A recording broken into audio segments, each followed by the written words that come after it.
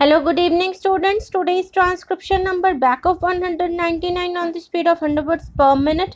Start. Sir, then take the private sector.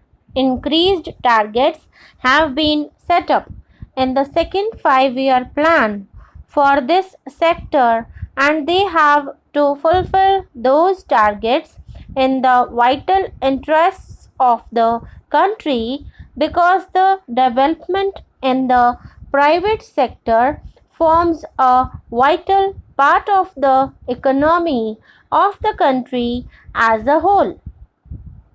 But the question is, under the present proposals of taxation and the conditions that will be created by giving effect to those proposals, how is this sector to find its resources for realizing the increased targets that have been set for it?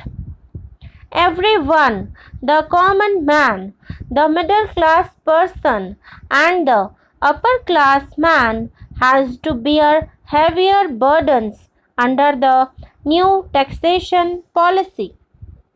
The government want to mop up extra profits.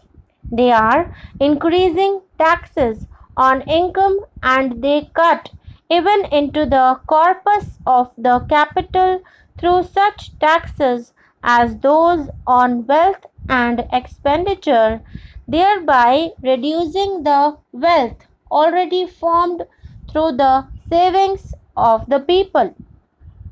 Under the circumstances, one wonders how the private sector is to find its resources for enabling it to realize the targets set before them. I do not know whether the finance minister has said anything explicit or clear on this matter. If the targets of the private sector are not fulfilled, that will create a grievous gap in the development of the country. What I think is, we must frame our plan mainly basing it on our internal resources and work that plan. Side by side with that, we may have another set of projects and schemes which may be executed as and when we get sufficient foreign exchange and foreign aid. Otherwise, what will happen is, if we are not clear cut in this matter of keeping internal resources mainly separate from the foreign aid and foreign exchange, we will be landed in difficulties in the middle of the execution of the plan. Then it will be very difficult for the country to get back from the midstream.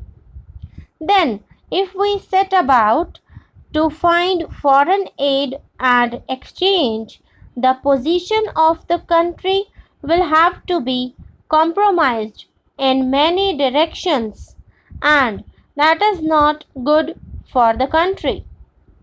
Now, I want to deal with one or two concrete points which may bring in a sizable amount of foreign exchange to the country.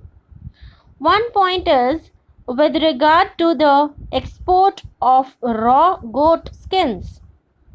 An export duty on the export of this article may be levied beneficially to the industry as well as to the country as a whole.